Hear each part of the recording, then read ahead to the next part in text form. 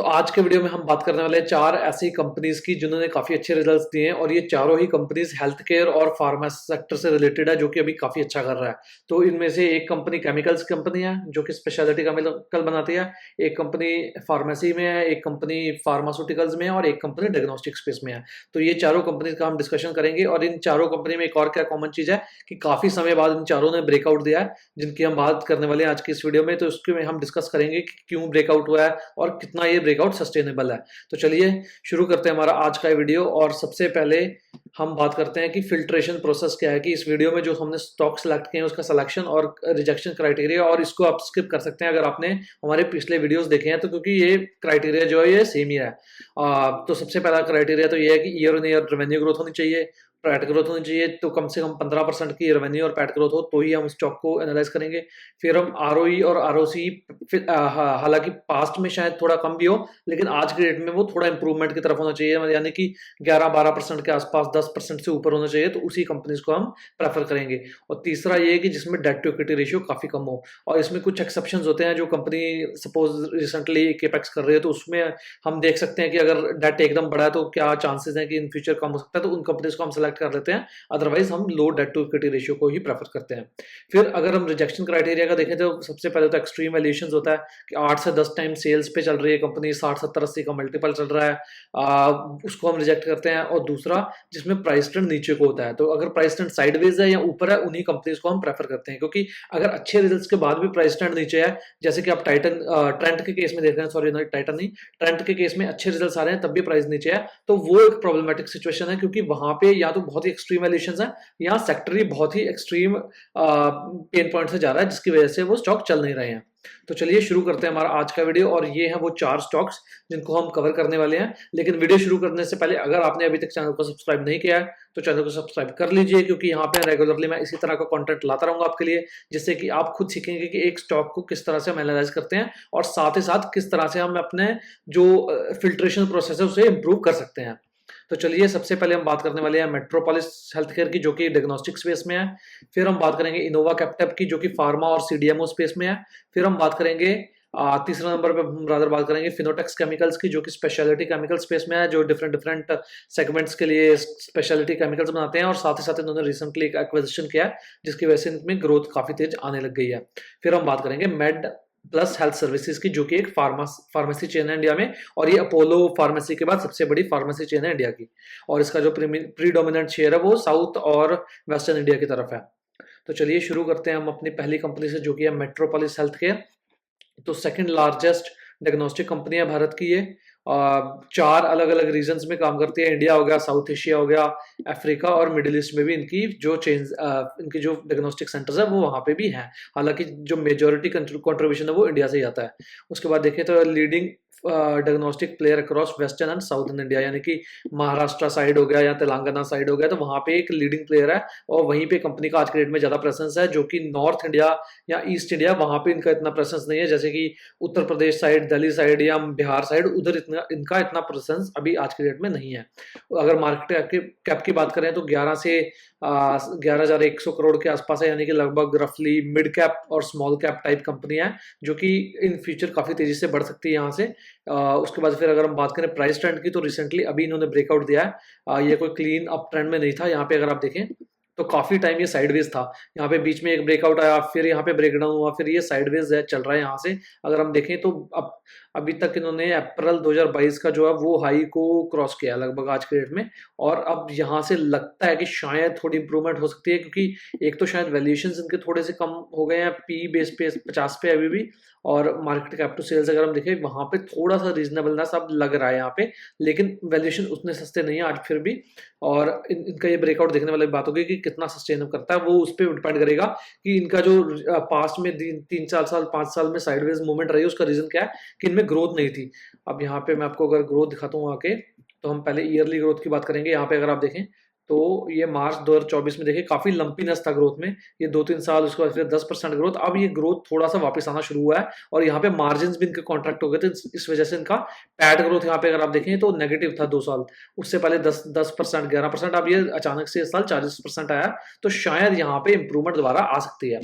फिर अगर हम बात करें 3 साल का रेवेन्यू सीएजीआर 13% का है, और अभी अगर हम बात करें 3 साल का पैट सीएजीआर की, वो 11% का है। तो यही रीजन है कि पैट सीएजीआर और रेवेन्यू सीएजीआर कम होने के बाद जो वैल्यूएशंस थे वो 60-70 का मल्टीपल था, तो इसलिए स्टॉक नहीं चला।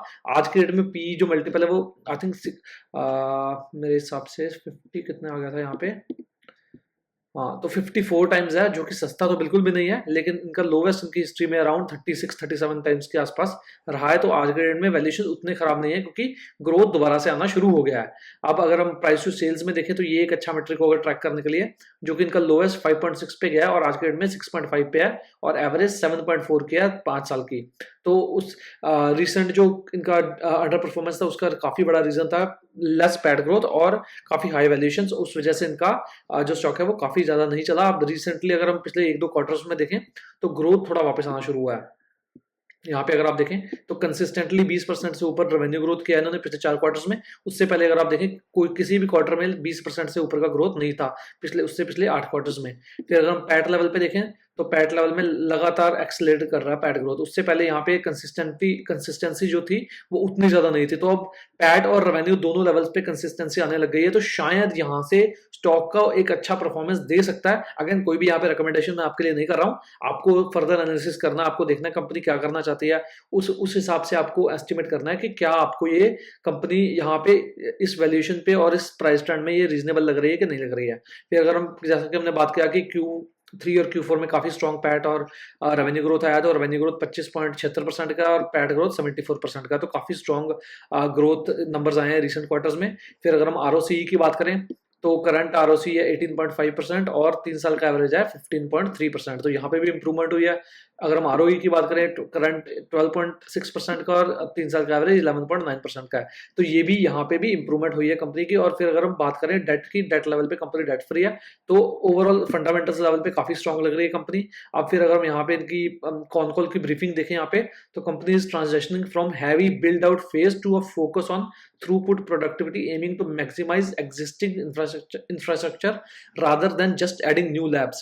तो कंपनी ने क्या किया है कि पिछले कुछ टाइम में बिल्ड आउट किया है, अपने लैब्स बनाए हैं, नए सेंटर्स बनाए हैं। अब कंपनी फोकस कर रही है कि किस तरह से उनको प्रोडक्टिव बना सके, कि कहाँ, तो मेन फोकस कंपनी का क्या है यहाँ पे कि कंपनी के मार्जिन इंप्रूव हो सके। यहाँ पे अगर मैं दिखाता हूँ आपको FY, यहाँ पे अगर आप देखें तो 28 से 29% के मार्जिन करते थे यहाँ पे ये, अब ये 23-24 पे आ गए हैं। तो अगर यहाँ पे दोबारा से ये 26-27 की तरफ जाएंगे तो इनका पैट ग्रोथ काफी तेजी से आ सकता है। फिर अगर हम बात करें over the next 3 years metropolis AIIMS for revenue CAGR of 14-15% and a sustainable group EBITDA margin of 27-28%, जो कि आज के डेट में 24-25% के आसपास मार्जिन आ गए हैं। कंपनी एक्सपेक्ट कर रही है आने वाले 2-3 साल में ये 27-28 तक जा सकते हैं, और अगर ये 28-29 के आसपास जाते हैं और 15-17% का ग्रोथ आता है तो शायद ये जो ब्रेकआउट हुआ है रिसेंटली शायद ये सस्टेन कर सकता है। फिर अगर हम बात करें इनका जो बेस मेन रेवेन्यू ग्रोथ क्यों है, तो इन्होंने यहाँ पे बताया कि growth was driven by improved mix of speciality test and wellness packages rather than aggressive price hikes. So मतलब यहाँ से हमें पता लगता है company value added segment, value added products में जा रही है, सिर्फ एग्जिस्टिंग प्रोडक्ट्स का भाव बढ़ा के पर टेस्ट का वहां से ग्रोथ नहीं कर रही है। तो उसके बाद फिर यहाँ पे कंपनी ने केपेक्स का गाइडेंस दिया है with future investment focus selectively on technology, digital capabilities and targeted network addition. तो बेसिक टेक्नोलॉजी पे स्पेंड कर रही है कंपनी, जो इन्होंने FY26 का 65 करोड़ का जो गाइडेंस जो केपेक्स किया है उसका जो मेन इनका जो स्पेंड था वो टेक्नोलॉजी और डिजिटल कैपेबिलिटीज से था, जहां से कंपनी अपनी जो एफिशिएंसी है उसको बढ़ा सके। फिर अगर हम यहाँ पे देखें तो एक और क्या हाईलाइट आती है कि स्पेशलिटी जो डायग्नोस्टिक सेगमेंट है उसमें कंट्रीब्यूशन जो है 39% पे पहुंच गया और वो उसमें 32% का ग्रोथ आया। ओवरऑल ओवरऑल रेवेन्यू ग्रोथ 25% के आसपास है, और जो स्पेशलिटी सेगमेंट है वहां पे वो 32% का है। मतलब जो स्पेशलिटी प्रोडक्ट्स कंपनी के हैं उसमें कंपनी तेजी से ग्रो कर रही है, जैसे ऑन्कोलॉजी हो गया, न्यूरोलॉजी हो गया, प्रोडक्टिव हेल्थ हो गया, तो ये सब हाई एंड जो डायग्नोस्टिक सर्विसेज हैं उसमें कंपनी धीरे धीरे जा रही है।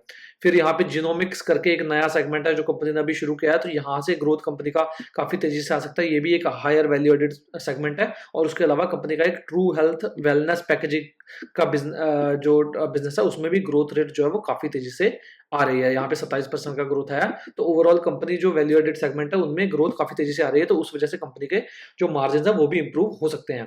फिर अगर हम यहाँ पे अगर देखें तो आज के डेट में कंपनी का जो current lab to centre ratio है वो है 1.24, यानी कि अगर एक लैब है कंपनी का उसमें 24 सेंटर से टेस्ट आते हैं टेस्ट होने के लिए, वहां से फिर रिजल्ट्स कंपनी सेंड करती है। फिर अगर कंपनी का देखें तो कंपनी का फ्यूचर टारगेट्स है कि 1:30 पे लेके जाना है विद इन 18 मंथ्स, और 3 साल में ये 1:35 पे जाएगा। अगर ऐसा होता है तो मार्जिन टेक्निकली यहाँ से इंप्रूव होने चाहिए कंपनी के। तो बेसिकली कंपनी के जो मेन ट्रिगर्स हैं वो है मार्जिन इंप्रूवमेंट पे, और साथ ही साथ 14 से 15% का जो मॉडस्ट ग्रोथ है वो भी कंपनी यहाँ से कर सकती है। तो एक अच्छा टर्न अराउंड प्ले हो सकता है मार्जिन के परस्पेक्टिव से अगर हम देखें। फिर तीसरी एक और चीज जो मार्जिन में ऐड करेगी वो है, इन्होंने रिसेंटली एक कंपनी को एक्वायर किया कोर डायग्नोस्टिक करके, तो उस वो जो थी वो -2% EBITDA मार्जिन थी। अब उससे वहां से ये Q4 जो FY26 हुआ है उसमें ये हाई सिंगल डिजिट मार्जिन पे चले गए हैं, और कंपनी का AMI इसमें 20% से ऊपर का EBITDA करना चाहते हैं। तो EBITDA इंप्रूवमेंट के काफी ट्रिगर्स है कंपनी के। एक तो ये जो टर्न अराउंड कंपनी है इसमें EBITDA 20% तक जा सकता है। दूसरा कंपनी प्रोडक्टिविटी बढ़ा रही है अपनी। तीसरा कंपनी बोल रही है कि जो एक लैब से पहले 25 सेंटर के टेस्ट होते थे अब वो 30 के होंगे, और धीरे धीरे वो 35 पे जाएंगे। तो 3-4 ये ट्रिगर्स हैं। उसके बाद फिर वैल्यू एडेड प्रोडक्ट्स जो है उनका सेगमेंट, उनका जो मिक्स है वो इंप्रूव हो रहा है। तो ये सब जो सेगमेंट है ये इनके EBITDA लेवल पे मार्जिन इंप्रूवमेंट में हेल्प करने वाले हैं इन फ्यूचर। फिर यहाँ पे अगर हम देखें कंपनी ने कुछ गाइडेंसेस दिए हैं, 14 से 15% का रेवेन्यू सीजर जैसे हमने देखा। फिर मार्जिन 27 से 28% का टारगेट दिया कंपनी ने। और उसके बाद फिर अगर हम देखें तो ज्योग्राफिक एक्सपेंशन कंपनी कर रही है। अभी आज के डेट में कंपनी महाराष्ट्र और साउथ साइड में काफी स्ट्रॉन्ग प्लेयर है, लेकिन धीरे धीरे ये नॉर्थ और ईस्ट इंडिया में अपना डोमिनेंस बढ़ाना चाहती है। तो ये सब कंपनी का इन फ्यूचर के टारगेट्स हैं। उसके बाद D2C focus, building a tech enabled vertical focused on chronic disease management required and service through digital channels. तो डिजिटल चैनल्स में कंपनी एक्सपैंड कर रही है कि यानी ऑनलाइन जो टेस्ट होते हैं, जो घर आके टेस्ट कर लेते हैं, तो ये सब की सैम्पलिंग में कंपनी धीरे धीरे एक्सपैंड कर रही है। और ये सब ट्रिगर्स है जो कंपनी का इन फ्यूचर जो आने वाले 2-3 सालों में है मार्जिन को दोबारा से 27-28 की रेंज में ले जा सकते हैं। तो कंपनी में मेन ट्रिगर आपको फोकस करना है कि अगर मार्जिन यहाँ से इंप्रूव होता है और जो रेवेन्यू ग्रोथ है वो 14-15% आती है, तो शायद यहाँ से स्टॉक प्राइस भी अच्छा कर सकता है। अगर कोई भी यहाँ पे मैं आपको रिकमेंडेशन नहीं दे रहा हूँ। तो इसी के साथ हम आ जाते हैं अपनी कंपनी नंबर 2 पे, जो कि है इनोवा कैप्टैब। इनोवा कैप्टैब जो है ये इंटीग्रेटेड फार्मा और CDMO प्लेयर है। तो जो इनका मेन बिजनेस है वो CDMO का है, और उसके साथ साथ इनका जो ब्रांडेड जेनरिक्स का बिजनेस है वो भी है। जैसे कि मतलब कंपनी अपनी दवाइयां बना के अपने ब्रांड के अंडर वो बेचती है इंडिया में और इंडिया के बाहर भी। और CDMO स्पेस में कंपनी मेजोरिटी जो इंडियन कंपनीज है उनको कैटर करती है। अब धीरे धीरे कंपनी बाहर वाली कंपनीज में भी एक्सपैंड कर रही है। जैसे कि आज के डेट में कंपनी का इंडिया में क्लाइंट्स हो गए ग्लेनमार्क फार्मा हो गया, या अपना सन फार्मा हो गया, लुपिन हो गया, कोई भी हो गया। तो ये जो बड़ी फार्मा कंपनीज है ये अपना प्रोडक्ट इनको आउटसोर्स कर देती हैं, और ये उनको बना के फिर देती हैं, और वो कंपनी अपने नाम पे फिर वो प्रोडक्ट बेचती हैं। तो CDMO का मेन मतलब ये है contract development and manufacturing services. तो CDMO में कंपनी का मेन काम है। उसके बाद धीरे धीरे इनका जो ब्रांडेड जेनरिक्स का बिजनेस है वो भी काफी तेजी से ग्रो कर रहा है।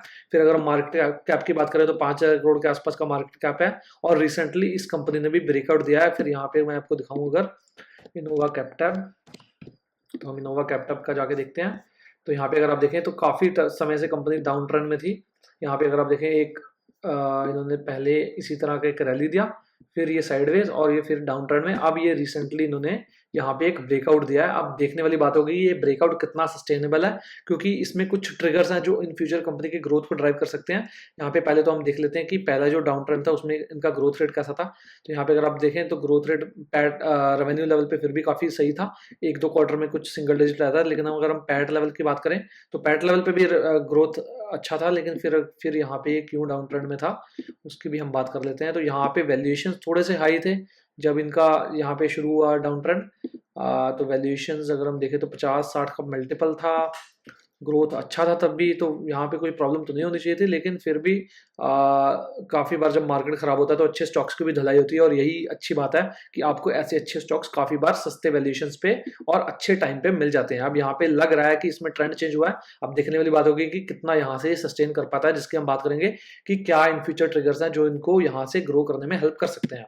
फिर अगर हम बात करें इनके पैट की, तो 3 साल का सीएजीआर 29% का रहा है, रेवेन्यू सीएजीआर 21% का रहा है, यानी कि मार्जिन इंप्रूव हुए, इसलिए पैट ज़्यादा तेजी से ग्रो किया, रेवेन्यू उतना तेजी से नहीं ग्रो किया है। फिर रिसेंट अगर हम 2 क्वार्टर्स में देखें तो पैट Q3 FY26 में 23.25% से बढ़ा है और Q4 में 28.78 से बढ़ा है। फिर अगर हम यहाँ पे ROE और ROC की बात करें, ये थोड़ा सा कम जरूर है, यहाँ पे थोड़ी इंप्रूवमेंट हो सकती है। अगर कंपनी को अच्छा करना तो ये फैक्टर है, इसको इंप्रूव होना होगा। ROC आज के डेट में 14.3% है, 3 साल का एवरेज 13.9 है, ROE में 12.9 है और 3 साल का एवरेज 12.5% के आसपास है। डेट टू इक्विटी रेशियो काफी स्टेबल है, अराउंड 0.3 टाइम्स के आसपास, 3 साल का एवरेज भी वहीं पे है, तो डेट टू इक्विटी रेशियो में प्रॉब्लम नहीं है। थोड़ा सा ROE और ROC कंपनी का कम है। फिर अगर हम यहाँ पे आज जाके इनका ग्रोथ रेट्स देखते हैं पहले के, तो यहाँ पे देखें, एक तो मार्जिन इंप्रूवमेंट का यहाँ पे हो रहा है, तो मार्जिन इंप्रूव हो रहे हैं थोड़ी धीरे धीरे। जो ये यहाँ पे मार्जिन कोलैप्स किए थे उस वजह से भी इनका स्टॉक अंडर परफॉर्मेंस में चला गया था। अब यहाँ पे मार्जिन धीरे धीरे एक्सपैंड कर रहे हैं, तो शायद ये दोबारा से रिकवरी फेज में आ सके। फिर अगर हम बात करें कि क्या रीजंस रहे हैं कंपनी के ग्रोथ के, तो सबसे पहले तो यहाँ पे देखें तो company achieved a consolidated annual revenue of 1630 crore, year on year 31% का ग्रोथ आया। This growth was underpinned by successful ramp up of Jammu facility and robust demand in both contract development and manufacturing organisation and branded generic business units. तो सबसे पहला तो इनका एक गुजरात में गुजरात का जम्मू में नई फैसिलिटी इन्होंने लगाई है, उसमें उसका रैंप अप हुआ है, तो वो अभी वहाँ पे कैपेसिटी नई नई शुरू हुई है, तो उस वजह से इनके जो मार्जिन है वो भी थोड़े से डिप्रेस नजर आ रहे हैं, वो यहाँ से और इम्प्रूव हो सकते हैं। और फिर उसके बाद अगर CDMO और ब्रांडेड जेनरिक दोनों में काफी स्ट्रॉन्ग ग्रोथ है ये कंपनी की। Management has signalled a positive outlook for FY27, targeting revenue growth of over 20%, तो 20% के ऊपर का रेवेन्यू ग्रोथ का गाइडेंस है 27 के लिए FY। फिर उसके बाद देखिए, की strategic focus remain on optimisation of Jammu plant where operating leverage is expected to drive profit after tax growth at a rate exceeding EBITDA growth. तो यहाँ पे कंपनी का इस लाइन से मतलब क्या है कि जो जम्मू की फैसिलिटी है उसका जो भी डेप्रिसिएशन कॉस्ट था, जो भी नई उसमें हायरिंग होनी थी, जो भी उसके और भी कॉस्ट थे, वो सब आज के डेट में P&L में आ चुके हैं। अब जैसे जैसे वो प्लांट रैंप अप करेगा वैसे वैसे कंपनी का EBITDA जो है वो रेवेन्यू से तेजी से ग्रो करेगा, और जो पैट है वो EBITDA से भी तेजी से ग्रो करेगा। तो इसको हम ऑपरेटिंग लेवरेज बोलते हैं। तो सपोज अगर 20% का ये रेवेन्यू ग्रोथ टारगेट कर रहे हैं, तो शायद उनका EBITDA जो है वो 22 से 23% के आसपास ग्रो कर जाए, और शायद पैट 25 से 27% तक ग्रो कर जाए। अब देखने वाली बात होगी किस तरह से ये ऑपरेटिंग लेवरेज प्ले आउट होता है कंपनी के लिए। फिर अगर हम देखें, furthermore the company is expanding its footprint in its regulated market such as UK, Canada, Europe and Australia. तो नई जो मार्केट्स है वहां पे कंपनी ऑपरेट कर रही है, और इसका रीजन क्या है, इन्होंने रिसेंटली एक शेरोन बायो मेडिसिन करके कंपनी को अक्वायर किया था, जिसकी वजह से इनको सर्टिफिकेशन इन कंट्रीज का ऑलरेडी मिल गया है। तो यहाँ पे कंपनी का ग्रोथ रेट इन कंट्रीज से भी तेजी से आ सकता है। फिर अगर हम CDMO में बात करें तो 350 क्लाइंट्स हैं आज के डेट में कंपनी के, और धीरे धीरे कंपनी और भी क्लाइंट्स ऐड कर रही है। फिर अगर हम बात करें ब्रांडेड जेनरिक्स की, जिसमें 70% जो बिजनेस है वो डोमेस्टिक से आता है, और 30 से 35% जो बिजनेस है वो अराउंड वो एक्सपोर्ट से आता है। तो बेसिकली जो इनका ब्रांडेड जेनरिक बिजनेस है उसमें देखिए ग्रोथ 51% का आया इस साल का, और CDMO में इनका ग्रोथ आई थिंक 30-40% के आसपास इसमें भी आया था। हाँ, 35% के आसपास का ग्रोथ आई थिंक CDMO में आया। तो दोनों ही सेगमेंट काफी अच्छा कर रहे हैं आज के डेट में कंपनी के लिए। फिर अगर हम बात करें profitability path, the facility reached near, तो जम्मू की अगर हम बात करें, जम्मू की जो नई इन्होंने फैसिलिटी लगाई है उसकी यहाँ पे बात कर रही है कंपनी। तो ये जो फैसिलिटी है कंपनी बोल रही है कि ब्रेक इवन हो गया इसका Q4 FY26 में। Management expects it to become EBITDA positive in early FY27। तो अगर ये कैपेसिटी का ब्रेक इवन हो गया, अब जैसे जैसे ये प्रॉफिटेबल होगी तो पैट और EBITDA लेवल पे कंपनी को यहाँ पे काफी अच्छी ग्रोथ देखने को मिल सकती है। यहाँ पे ऑपरेटिंग लेवरेज की भी कंपनी ने बात किया, since depreciation and finance cost for Jammu are largely fixed and already reflected in FY26 base, incremental revenue is expected to result in significant PAT growth.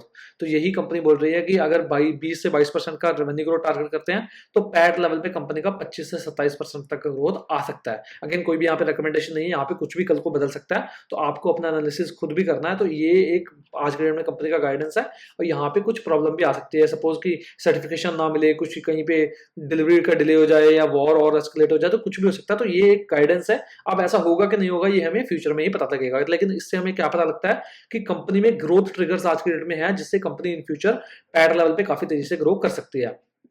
फिर उसके बाद अगर हम इनकी एक और फैसिलिटी है बद्दी में, तो Baddi facility is currently operating at high utilisation of 75% to address potential capacity constrain in the general portfolio.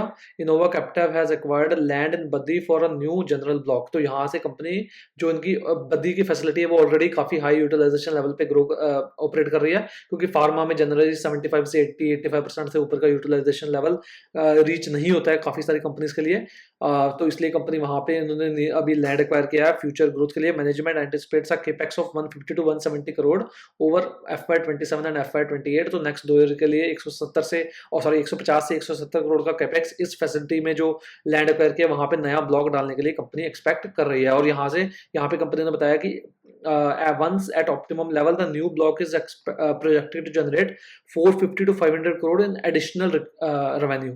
मतलब 150 करोड़ के आसपास कंपनी इन्वेस्ट कर रही है और 3 टाइम्स ऐसी टर्न कंपनी एक्सपेक्ट कर रही है कि वहां से 450 करोड़ के आसपास का इनका जो रेवेन्यू है वो आ सकता है। तो काफी अच्छी ये ऐसी टर्नओवर माना जाएगा। तो ओवरऑल ये भी हमें इन फ्यूचर कंपनी का आने वाले 2 सालों के बाद जो ग्रोथ में है वो ग्रोथ में इंप्रूवमेंट लाएगा, क्योंकि आज के डेट में कंपनी की जम्मू फैसिलिटी आई थिंक 5 से 10% यूटिलाइजेशन लेवल पे चल रही है। तो आने वाले 2 साल के लिए 3 साल के लिए कंपनी सॉर्टेड है, तो वहां से कंपनी का ग्रोथ आ सकता है। उसके बाद फिर अगर हम बात करें तो यहाँ पे कंपनी ने अपने एक्विजिशन के बारे में बताया, जो इन्होंने रिसेंटली शेरोन बायोमेडिसिन करके कंपनी ने एक्वायर की थी। तो उसने इस साल रेवेन्यू में 240 करोड़ का कंट्रीब्यूशन किया है। तो यहाँ पे strategic role it serves as a vehicle to enter in high margin regulated market, specifically Canada, the UK, Europe and Australia. तो यहाँ पे मेन रीजन क्या था इस कंपनी के एक्विजिशन का, कि कंपनी ने जो ये रेगुलेटेड मार्केट थी इसमें इनके पास सर्टिफिकेशन था ऑलरेडी, कंपनी के पास फिर वो सर्टिफिकेशन आ गया। अब यहाँ पे इन मार्केट्स में जब कंपनी सामान बेचेगी तो वहां से भी मार्जिन इंप्रूवमेंट के ट्रिगर्स कंपनी के पास हैं। उसके बाद फिर अगर हम देखें तो मैनेजमेंट ने गाइड किया है 20% प्लस का ग्रोथ, जैसा हमने बोला, expansion of wallet share with existing CDMO customers, increase penetration with international regulated markets, continued ramp up of Jammu facility. तो ये तीनों ही पॉइंट्स ऐसे हैं जो ग्रोथ के लिए भी हाईलाइट करते हैं और साथ ही साथ मार्जिन इंप्रूवमेंट में भी हाईलाइट करते हैं, क्योंकि regulated market generally high margin business है। फिर अगर हम जैसे जैसे जम्मू फैसिलिटी इंप्रूव होगी तो उसमें EBITDA लेवल पे, जैसे मैंने आपको बताया कि वैसे ग्रोथ ज्यादा तेजी से आ सकता है। और CDMO में भी जैसे जैसे कंपनी एग्जिस्टिंग कस्टमर से ज्यादा प्रोडक्ट और लाएगी तो वहां पे भी कंपनी का धीरे धीरे ग्रोथ और मार्जिन काफी तेजी से इंप्रूव हो सकता है। तो ये भी कंपनी काफी अच्छी है देखने के लिए। ग्रोथ रेट्स इंप्रूव हो रहे हैं, मार्जिन ट्रिगर्स हैं मार्जिन इंप्रूवमेंट में। तो आज के डेट में ये 14-15% के मार्जिन में भी 16-17-18% की रेंज तक जा सकते हैं, अगर ये जो रेगुलेटेड मार्केट है वहां पे अच्छे से एक्सपेंड कर पाते हैं और साथ ही साथ उनकी जो जम्मू की फैसिलिटी है वो अच्छे तरीके से रैंप अप हो पाती है। तो ये भी कंपनी आप ट्रैक कर सकते हैं। अगर आपको समझ आए तो आप इस कंपनी में भी इन्वेस्ट कर सकते हैं। अगेन कोई भी रिकमेंडेशन मेरी तरफ से नहीं है यहाँ पे। फिर हम आ जाते हैं अपने बिजनेस नंबर 3 पे, जो कि है फिनोटेक्स केमिकल। ये भी कंपनी काफी खराब कर रही थी, इन्होंने फिर रिसेंटली एक एक्विजिशन किया जिसकी हम बात करते हैं अभी। तो उस वजह से इनकी भी ग्रोथ रेट काफी स्ट्रॉन्ग दोबारा हो गई है। तो diversified speciality chemical manufacturer produces high quality auxiliaries and formulated chemicals for uh global market. तो टेक्सटाइल में कंपनी केमिकल सप्लाई करती है, इंफ्रा में करती है, लेदर टेक्सटाइल्स में करती है, यूटिलिटीज जैसे वाटर ट्रीटमेंट, फर्टिलाइजर्स हो गया। और रिसेंटली कंपनी ने एक कंपनी को एक्वायर किया है, उससे कंपनी ने ऑयल एंड गैस स्पेस में भी एंट्री मार ली है। फिर अगर मार्केट कैप की बात करें तो मार्केट कैप काफी छोटा है, अंडर 4000 करोड़ का मार्केट कैप है। और करंट प्राइस ट्रेंड देखें तो काफी बड़े वॉल्यूम्स के साथ इन्होंने ब्रेकआउट दिया रिसेंटली रिजल्ट्स के बाद, जिससे हमें पता चलता है कि काफी स्ट्रॉन्ग नंबर्स आए हैं और मार्केट के एक्सपेक्टेशंस जो है वो भी इससे बढ़ गई है। यहाँ पे अगर हम देखें तो ये देखें तो यहाँ पे अगर आप देखें तो यहाँ पे एक बार वॉल्यूम्स आए थे और उसके बाद ये गिरना बंद हो गया था और थोड़ा सा गिरा था मार्केट खराब होने की वजह से। और उसके बाद फिर यहाँ पे अगर आप दोबारा वॉल्यूम्स कैंडल्स देखें और यहाँ पे ब्रेकआउट भी दे दिया, अच्छे से ब्रेकआउट दिया। अब यहाँ पे शायद थोड़ा सा एक पुल बैक आ सकता है, क्योंकि काफी टाइम से डाउन ट्रेंड में था। अब कुछ बंदे अपना प्रॉफिट बुक करेंगे, कुछ जो लॉस में बैठे थे वो थोड़ा लॉस लेके निकलेंगे। तो शायद एक पुल बैक आ सकता है और वो एक अच्छा एंट्री पॉइंट हो सकता है। अब वो मेरा पर्सपेक्टिव है जो मैं आपको दे रहा हूँ यहाँ पे, मैं यहाँ पे गलत भी हो सकता हूँ। मैं यहाँ पे इनका चार्ट आपको ट्रेंड लाइन में जाके भी दिखाता हूँ। फाइनोटेक्स केमिकल्स, तो फाइनोटेक्स केमिकल्स की हम बात कर रहे हैं यहाँ पे। हाँ, तो यहाँ पे अगर आप वीकली चार्ट देखें, वो डेली चार्ट था, तो यहाँ पे वीकली चार्ट देखें तो ये देखें, तो वीकली चार्ट वॉल्यूम्स देखें, आपकी वॉल्यूम्स कितने स्ट्रांग हो रहे हैं। जो लाल वीक है वहाँ पे वॉल्यूम्स कम है, और जो ग्रीन वीक है वहाँ पे वॉल्यूम्स देखें आप। यहाँ पे भी जो बेस भी नीचे गिर रहा था, यहाँ पे वॉल्यूम देखें पूरी तरीके से ड्राई हो गया था, और जो बड़े कैंडल्स थे ग्रीन, उनमें ही वॉल्यूम्स आ रहा था, जो रेड कैंडल्स हैं उनमें वॉल्यूम्स नहीं आ रहा। यहाँ पे काफी समय से देखें आप, जो स्टॉक नीचे भी गिर रहा था, जब साइडवेज जा रहा था, तो जो ये जो ग्रीन कैंडल्स है इनमें वॉल्यूम ज्यादा है, जो रेड कैंडल्स है उनमें वॉल्यूम्स उतना ज्यादा नहीं था। तो अगर अगर अब यहाँ से एक करेक्शन आता है, थोड़ा सा पुल बैक 30 के आसपास, तो शायद वो एक अच्छी बाइंग अपॉर्चुनिटी हमें ये दे सकता है। फिर अगर हम बात करते हैं इनके ग्रोथ रेट्स की, तो ग्रोथ रेट्स यहाँ पे जो मैजिक है यहाँ पे हुआ है रिसेंट, जो ये रेवेन्यू को 162% का ग्रोथ हुआ है Q4 में, और 3 साल का जो रेवेन्यू का CAGR है वो 14% के आसपास का है। और पैड ग्रोथ यहाँ पे बहुत ही कम हुआ है, उसके रीजन क्या है, इनके मार्जिन यहाँ पे कोलैप्स कर गए हैं। यहाँ पे मैं आपको दिखाऊं तो फिनोटेक्स, हाँ, तो यहाँ पे अगर आप देखें तो कंपनी ये इससे पहले 24 से 26% के मार्जिन कर रही थी बीच में, अब ये दोबारा 17% पे गिर गई है। अब रिसेंट पास में भी 18-19% पे गई थी, लेकिन उसके बाद फिर ये 22-23% के आसपास जा सकती है। अब ये जो मार्जिन 17% के हैं, अगर ये 20% 21% तक जाते हैं, तो कंपनी का पैट लेवल पे और इबिटा लेवल पे काफी तेजी से ग्रोथ आ सकती है। फिर अगर हम यहाँ पे ग्रोथ की बात करते हैं पिछले 2 क्वार्टर की, यहाँ पे अगर आप देखें तो ये देखें कितने खराब और कितनी लंपी ग्रोथ थी, और वही रीजन था कि कंपनी का स्टॉक प्राइस नीचे था। अब ये पिछले 2 क्वार्टर में अगर आप देखें तो ग्रोथ रेट इंप्रूव हुए हैं, और स्टॉक प्राइस ने भी ब्रेकआउट दे दिया। और अगर हम पैट लेवल पे देखें तो वहां पे भी हमें बेसिकली इसी तरह का ट्रेंड दिख रहा है। तो लगातार नेगेटिव पैट ग्रोथ था, उसके बाद सिंगल डिजिट, ये वो मिक्स्ड, मतलब काफी लंपीनेस पिछले 6-8 क्वार्टर्स में थी। अब रिसेंट क्वार्टर में 58% का पैट ग्रोथ आया। तो रिसेंट क्वार्टर में हालांकि मार्जिन कोलैप्स किए हैं, लेकिन उसके बावजूद भी क्योंकि रेवेन्यू ग्रोथ काफी स्ट्रांग है, इसलिए पैट ग्रोथ भी ठीक ठाक काफी अच्छा स्ट्रांग आया है। अब रीजन क्या है इतना स्ट्रांग ग्रोथ का, इन्होंने रिसेंटली एक कंपनी एक्वायर की थी, जिसकी हम अभी बात करते हैं। पहले मैं आपको आरओसी और आरओई पे थोड़ा बता दूं। तो करंट आरओसी और आरओई इनका कम हुआ है, उसका रीजन हमने मार्जिन की बात की, इन्होंने एक्विजिशन किया, उस वजह से इनका बुक वैल्यू बढ़ गया, तो उस वजह से इनके आरओसी और आरओई दोनों ही कम हुए हैं। 3 साल का एवरेज दोनों में काफी स्ट्रांग है। और डेट लेवल पे कंपनी देखा तो कंपनी डेट फ्री है, कैश फ्लो भी इनके काफी स्ट्रांग है। यहाँ पे अगर मैं कैश फ्लो दिखाऊं तो कैश फ्लोज रिसेंटली ये नेगेटिव टर्न हुआ है, लेकिन उसके अलावा अगर आप देखें तो एवरी ईयर काफी स्ट्रांग थे। तो ये एक ट्रांजिशन ईयर था इनके लिए काइंड ऑफ, इन्होंने नया एक्विजिशन किया, उस वजह से इनके कैश फ्लोज में भी थोड़ी सी प्रॉब्लम आई है। यहाँ पे अगर आप इनकी कॉन कॉल की बात करें तो company Fineotex, sorry not Finolex, Fineotex chemicals has transition into a diversified global speciality chemicals platform marked by significant strategic pivot toward the high margin oil and gas sector. The cornerstone of this evolution is the December 2025 acquisition of the US based crude chem technologies. तो ये company का नाम है, US based company है। तो इस company को company ने एक्वायर किया है, जिसकी वजह से इनका इंटरनेशनल जो टर्नओवर है वो 70% का, जो टोटल रेवेन्यू उसमें से 70% जो टर्नओवर है वो इंटरनेशनल बिजनेस से आ रहा है। इससे पहले इंटरनेशनल बिजनेस का डोमिनेंस नहीं था, डोमेस्टिक बिजनेस से ज्यादा जो रेवेन्यू था वो आता था। तो अब ये डोमिनेंस जो है इंटरनेशनल बिजनेस से आ गया। अब धीरे धीरे कंपनी ने ऑयल एंड गैस सेक्टर में भी एक्सपैंड करना शुरू कर दिया है। अब फिर उसके बाद यहाँ पे अगर हम देखें तो management has accelerated its growth projections of CCT business, pulling forward the target of 200 million in revenue from 2030 to 2028। तो ये एक बहुत ही पॉजिटिव साइन है कि मैनेजमेंट ने गाइड किया था कि 200 मिलियन जो सीसीडी जो उन्होंने नई कंपनी एक्वायर की है उसका जो रेवेन्यू 2030 में होना था, लेकिन अब वो 2028 में होगा। तो अब ये काफी पॉजिटिव साइन है। आज के डेट में मेरे को अभी मैंने इनका अच्छे से देखा नहीं कि कितना रेवेन्यू इनका, अगर आप देख सकते हैं इनकी प्रेजेंटेशन में जाके देख सकते हैं कि कितना रेवेन्यू आज के डेट में सीसीटी से आता है। और 200 मिलियन यानी कि रफली अगर गिव एंड टेक 1800 से 1900 2000 करोड़ के आसपास का रेवेन्यू कंपनी एक्सपेक्ट कर रही है आने वाले 2 सालों में, सिर्फ इस बिजनेस से। और आज की डेट में अगर हम कंपनी का टोटल रेवेन्यू देखें तो टोटल रेवेन्यू कंपनी का 770 करोड़ का है। मतलब अगर कुछ और नहीं भी होता तो ये अगले 2 साल में यहाँ से रेवेन्यू डबल करने की प्रोजेक्शन कंपनी लगाई बैठी है। तो अगर ऐसा होता है तो मार्जिन काफी तेजी से कंपनी के इंप्रूव कर सकते हैं। तो कंपनी मेंटेन कैश, जो 300 करोड़ का बैलेंस शीट पे कैश है कंपनी के पास।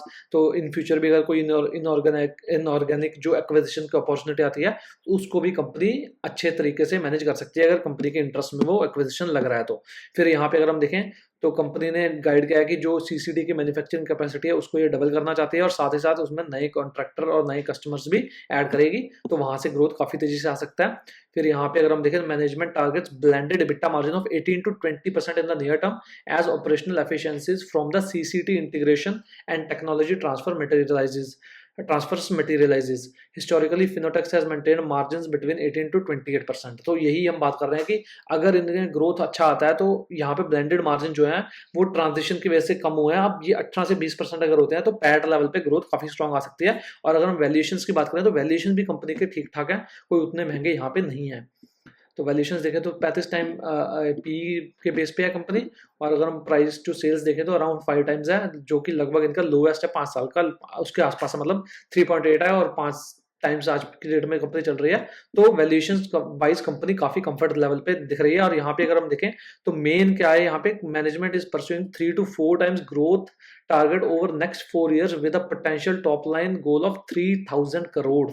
मतलब अगर ये मटेरियलाइज होता है तो आप सोच सकते हैं कि किस तरह का मूव यहाँ पे हमें स्टॉक में भी देखने को मिल सकता है। क्योंकि अगर हम आज के डेट में देखें तो 770 करोड़ के आसपास का रेवेन्यू, अगर ये 3000 करोड़ जाता है आने वाले 4 सालों में, तो आप खुद सोच सकते हैं कि पैट लेवल और इबिटा लेवल पे किस तरह का ग्रोथ कंपनी देख सकती है। और साथ साथ वैल्यूएशंस जो रीजनेबल है, तो शायद यहाँ पे हमें वैल्यूएशन में भी थोड़ा एक्सपेंशन देखने को मिल सकता है। अगेन ये मैनेजमेंट का गाइडेंस है, अब ऐसा होगा कि नहीं होगा ये हमें देखने वाली बात होगी, लेकिन जो कंपनी बोल रही है, जो कर रही है, उसके हिसाब से लग रहा है कि ऐसा होने के चांसेस हैं यहाँ पे। और अगर 3000 करोड़ नहीं भी होता है, सपोज 2400 करोड़ के आसपास रहा था, तो भी आप देखें कि कितने, मतलब कितना बड़ा ग्रोथ कंपनी 100% से ऊपर का ग्रोथ आने वाले 2-3 सालों के लिए एक्सपेक्ट कर रही है यहाँ से।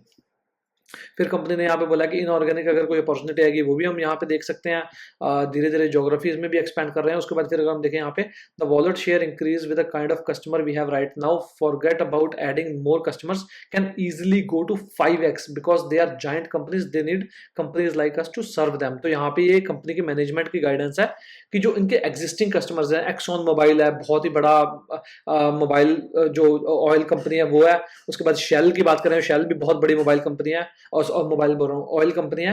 तो कंपनी बोल रही है अगर उनमें ही हम मार्केट शेयर बढ़ा लें तो हमें और कस्टमर ऐड करने की जरूरत ही नहीं है, हमारा ग्रोथ जो है इंसेन लेवल पे पहुंच जाएगा। यानी 5x ये ग्रोथ कर सकते हैं एक कस्टमर को जो शेयर है। सपोज आज किसी एक कस्टमर से 100 रुपए का माल बेच रहे हैं, ये उनको 500 का माल बेच सकते हैं। तो इस लेवल की कैपेबिलिटी है यहाँ पे, और इस लेवल की मार्केट जो प्रेजेंस है कंपनी की यहाँ पे है, तो काफी अच्छा ग्रोथ यहाँ पे आ सकता है। तो इस कंपनी को आप ट्रैक पे जरूर रखें। अगर ये जो रिसेंट ब्रेकआउट आया तो ये थोड़ा स्ट्रेंथ पकड़ता है, तो इस स्टॉक को आप जरूर देख सकते हैं। काफी इंटरेस्टिंग यहाँ पे लग रहा है, वैल्यूएशन वाइज भी, ग्रोथ वाइज भी, और फ्यूचर जो ट्रेजेक्ट्री है उस वाइज भी। तो ये एक स्टॉक है जिसको आप अपने रडार पे रख सकते हैं।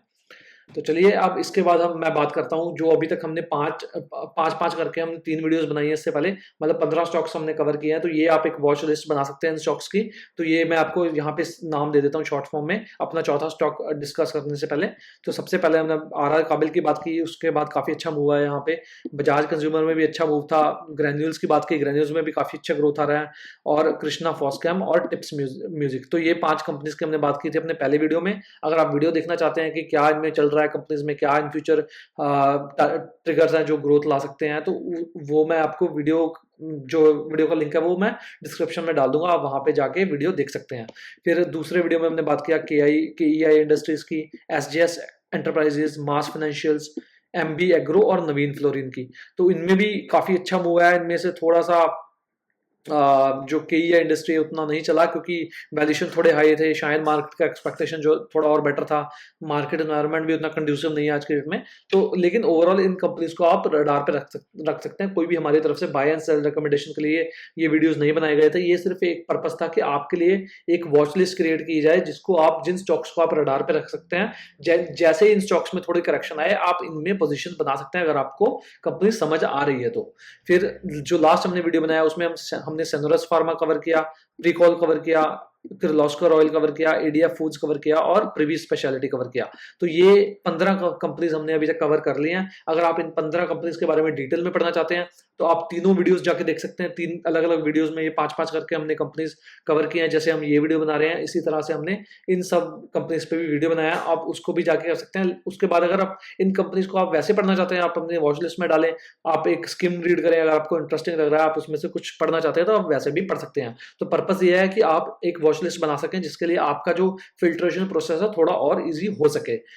तो चलिए हम इसी के साथ हम आज के अपने लास्ट कंपनी जो कि है made plus health care company, तो ये भी एक रिसेंट ब्रेकआउट टाइप है। जैसा मैंने बोला कि जो भी आज 4 कंपनी हम कवर कर रहे हैं वो रिसेंटली ब्रेकआउट हुई हैं। अब इनमें से ब्रेकआउट किसका सस्टेन होगा, किसका नहीं होगा, ये फ्यूचर ग्रोथ पे डिपेंड करेगा और साथ ही साथ मार्केट कंडीशन पे भी डिपेंड करेगा। क्योंकि अगर सपोज ये कंपनीज अच्छा भी करें तो कई बार मार्केट अगर खराब हो तो कंपनीज के स्टॉक की भी पिटाई हो सकती है, और वो आपके लिए एक और अच्छी अपॉर्चुनिटी हो सकती है इन स्टॉक्स को बाय करने की। तो ये इसकी भी अगर हम बात करें मेडप्लस की, तो कंपनी का जो सेकंड लार्जेस्ट फार्मेसी रिटेलर है कंपनी का ये, तो कंट्री का, तो अपोलो फार्मेसी के बाद ये जो कंपनी है ये सेकंड लार्जेस्ट फार्मेसी चेन है इंडिया में, जिसमें 13 कंट्रीज में ऑपरेट करती है। इनका भी जो मेन डोमिनेंस स्केल है वो वेस्ट और साउथ इंडिया में, यानी कि Maharashtra side, south side, Telangana, Tamil Nadu, उस साइड कंपनी के स्टोर जो है वो ज्यादा डोमिनेंट है। फिर 5300 से ऊपर आज की डेट में स्टोर है और 800 से ज्यादा सिटीज में कंपनी आज की डेट में सर्व कर रही है। और मार्केट कैप देखें तो इनका भी 11-12 हजार करोड़ के आसपास का मार्केट कैप है, मिड कैप टाइप स्टॉक है। और रिसेंटली इन्होंने भी काफी अच्छे बेस से एक ब्रेकआउट दिया है। यहाँ पे मैं पहले आपको चार्ट दिखा देता हूँ, फिर हम इसकी बात करेंगे, ग्रोथ रेट्स वगैरह की बात हम बाद में करते हैं। तो यहाँ पे अगर आप देखें तो ये देखें, तो एक neat and clean tight tight breakout type यहाँ पे मिला है। तो यहाँ कुछ साइडवेज में था, रिसेंट भी इन्होंने यहाँ पे ब्रेकआउट दिया, लेकिन अब के ब्रेकआउट में और पहले के ब्रेकआउट्स में यही फर्क है कि यहाँ पे अगर आप देखें तो वैल्यूएशन वाइज वहां पे महंगे थे स्टॉक्स, अब वैल्यूएशन वाइज थोड़ा सस्ते हुए हैं और ग्रोथ थोड़ा इंप्रूव हुआ है। तो उस वजह से लगता है कि शायद ये ब्रेकआउट थोड़ा सस्टेन कर जाए। अगेन कोई भी रिकमेंडेशन यहाँ पे मैं नहीं कर रहा हूँ, लेकिन सिर्फ मैं आपको पॉइंट बता रहा हूँ कि क्यों लग रहा है कि ये ब्रेकआउट्स अच्छे हो सकते हैं। फिर अगर हम बात करें ग्रोथ रेट्स की, तो पैट लेवल में Q3 में 26% का ग्रोथ था, Q4 में 25% का ग्रोथ था। अगर हम रेवेन्यू लेवल पे देखें तो Q3 में 15.67% का ग्रोथ था, Q4 में 23.5% का ग्रोथ है। और फिर अगर हम 3 साल का पैट का CAGR देखें तो 67% के आसपास का है, और रेवेन्यू CAGR देखें तो वो 15% का है। और अगर हम ROE और ROC की बात करें तो ROC 20% पे पहुंच गया है, जो कि 3 साल का एवरेज 12.2% का। ये भी एक रीजन है ये ब्रेकआउट सस्टेन करने का, कि पहले इनका ROC और ROE काफी कम था। यहाँ पे अगर आप देखें तो 3 साल का ROE भी 7.96% है, आज के डेट में 11.1 पे चला गया, और 3 साल का ROC भी 12.2% का आज के डेट में वो 20% पे चला गया। और डेट लेवल पे कंपनी डेट फ्री है। तो यहाँ पे मैं आकर आपको दिखाता हूँ कि रीजन क्या है कि ROC और ROE इंप्रूव होने का।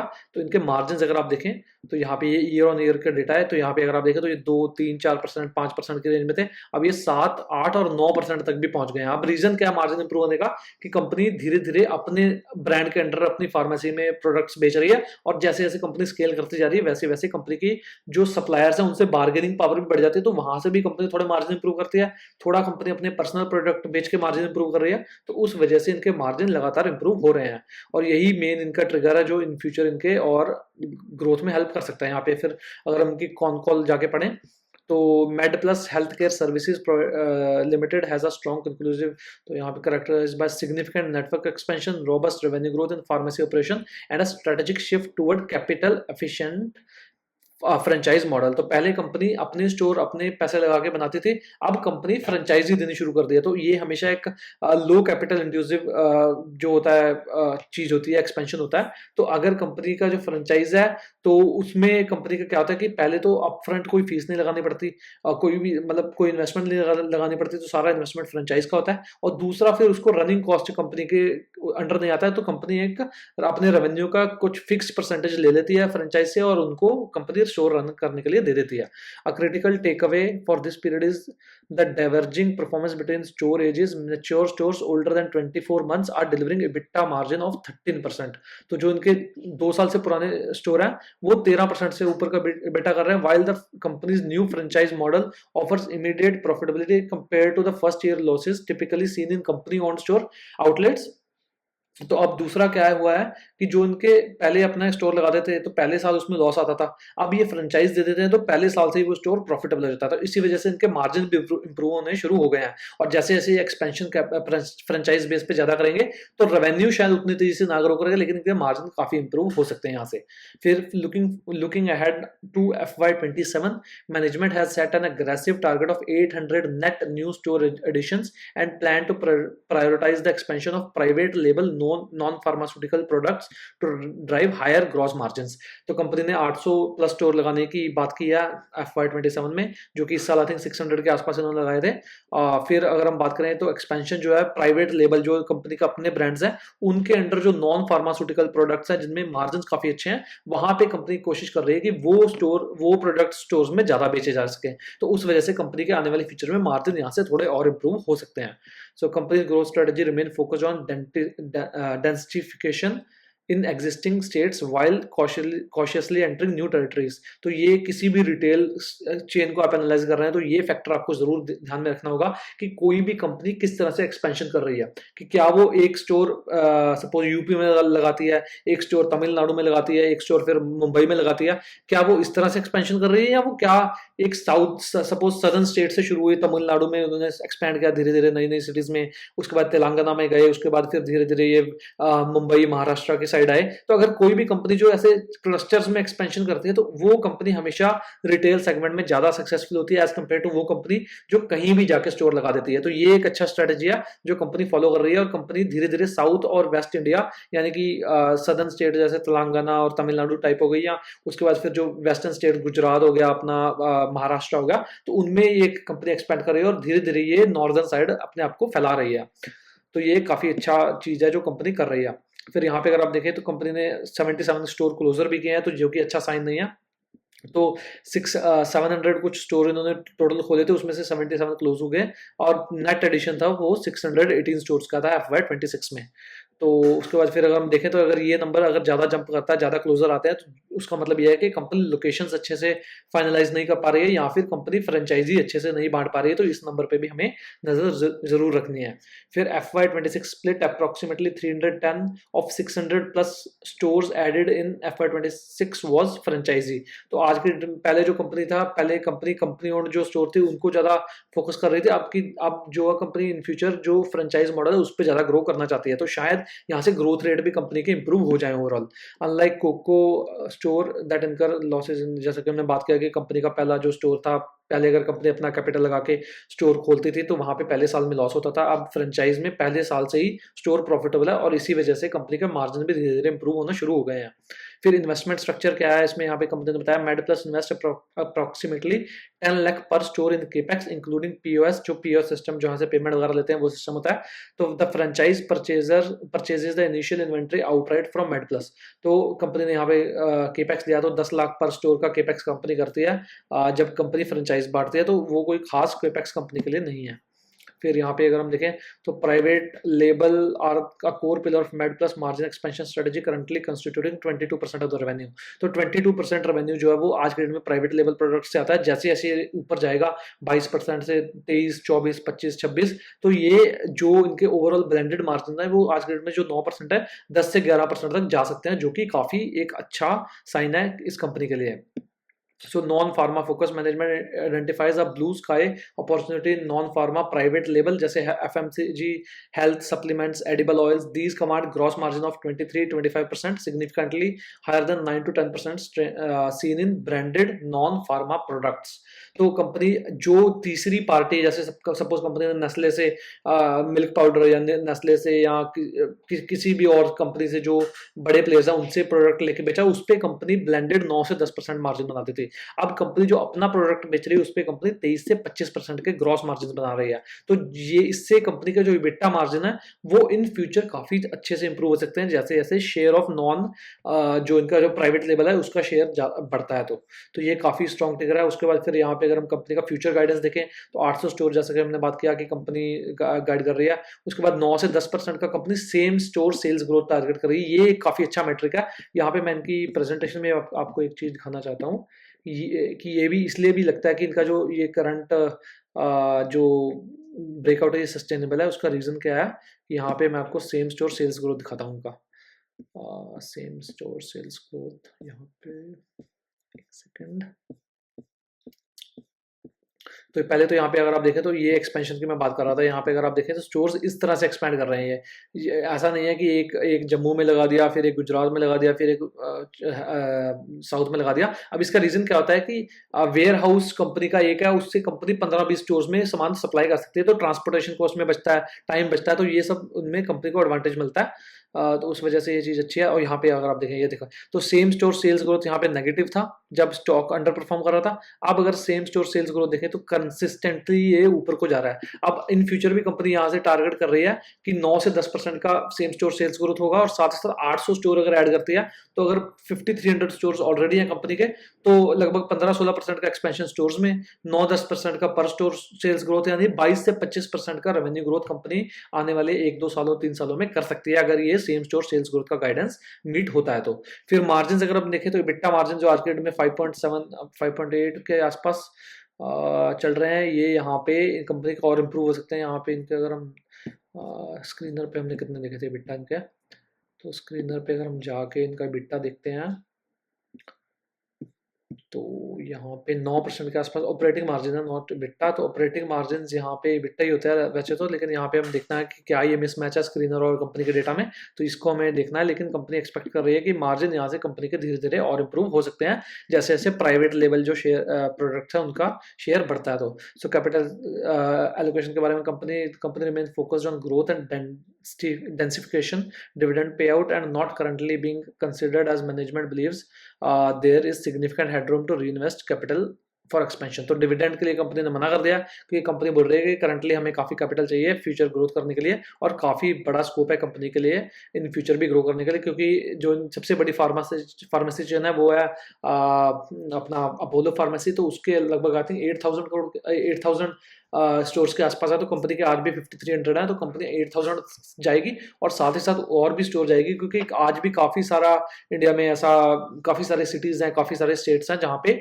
कोई ऑर्गेनाइज फार्मेसी प्लेयर नहीं है। तो ग्रोथ कंपनी के लिए जो हेडरूम है वो काफ़ी ज़्यादा है, तो इसलिए कंपनी डिविडेंड तो कंसिडर नहीं कर रही है नियर टर्म में, और वो सारा कैपिटल जो है वो इन्वेस्टमेंट वो है ग्रोथ इन्वेस्टमेंट के लिए लगा रही है, जिससे कि हमें ग्रोथ रेट यहाँ पे इंप्रूव होता दिख सकता है आने वाले फ्यूचर में।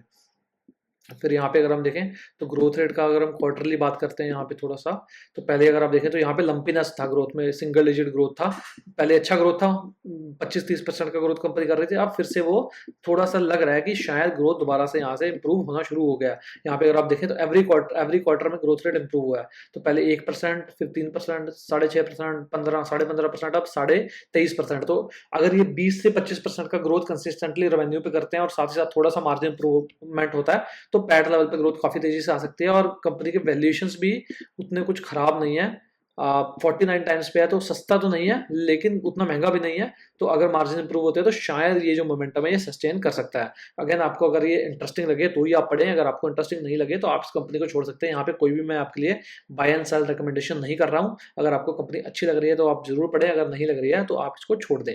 पर्पज ये है इस वीडियो का कि आपके लिए एक लिस्ट दे दें। अब आपके पास 19 स्टॉक हो गए, 4 हमने आज कवर किए, और फिर अगर हम पिछले जो 15 स्टॉक है वो यहाँ पे है, तो ये 19 स्टॉक्स का आप एक वॉच लिस्ट बना सकते हैं। इनमें से कुछ में अगर करेक्शन आता है, कुछ आपको इंटरेस्टिंग लगते हैं, तो आप उनको अपने जो पोर्टफोलियो उसमें लगा सकते हैं, क्योंकि ये कंपनीज में ग्रोथ अच्छे हैं और इन फ्यूचर भी ट्रिगर्स जो है वो काफी सॉलिड लग रहे हैं यहाँ पे।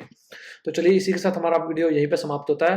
मैं उम्मीद करता हूँ कि आपको वीडियो अच्छा लगा होगा। अगर आपको वीडियो अच्छा लगा तो चैनल को सब्सक्राइब कर दीजिए, क्योंकि इन फ्यूचर में मैं इसी तरह का रिजल्ट एनालिसिस हो गया या कंपनी पे इंडिविजुअल एनालिसिस हो गया वो लेके आता रहूंगा, जिससे कि आप खुद सीखेंगे कि एक कंपनी को हम डिफरेंट एस्पेक्ट से किस तरह से एनालाइज कर सकते हैं।